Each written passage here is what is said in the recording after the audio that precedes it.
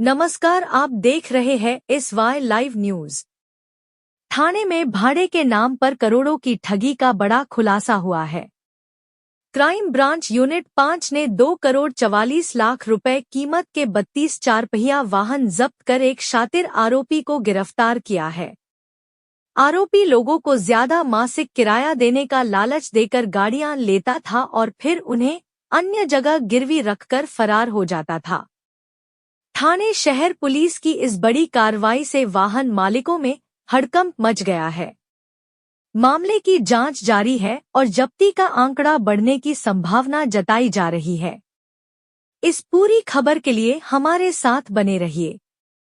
थाने से यूसुफपुरी की रिपोर्ट। वाहनांचा अपहार किंवा वाहनांच्या संदर्भात फसवणुकीच्या अनुषंगाने गुन्हा दाखल होता, ज्याचा तपास गुन्हे शाखा घटक 5 चे सहाय्यक पोलीस निरीक्षक शरद पाटील, पोलीस निरीक्षक सलील भोसले आणि त्यांची टीम एसीपी शेखर बागडे यांच्या परीक्षणामध्ये करत आहे। ज्या गुन्ह्यामध्ये संदीप शेट्टी राहणार उलवे नवी मुंबई याला अटक करण्यात आली आहे। त्याच्याकडून एकूण 32 वाहने जवळपास 2,44,00,000 वाहने जप्त करण्यात आलेली आहेत। संदीप शेट्टी हा सध्या न्यायालयीन कोठडीमध्ये आहे आरोपी। यापूर्वी त्याच्यावर 2021 ला नवी मुंबई परिसरामध्ये 3 वेगवेगळ्या पोलीस स्टेशनला फसवणूक, अपहार किंवा या संबंधाने गुन्हे दाखल आहेत।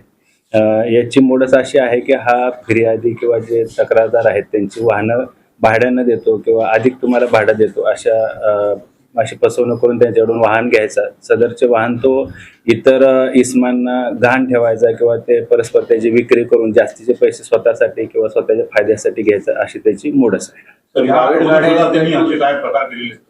यापूर्वी या आरोपीनं अशा सेम प्रकारचे गुन्हे केलेले आहेत, ज्यामध्ये 2021 ला नवी मुंबईच्या वेगवेगळ्या पोलीस स्टेशनला त्याच्यावर गुन्हे दाखल। प्रायव्हेट गाड्या आहेत की टुरिस्ट गाड्या आहेत?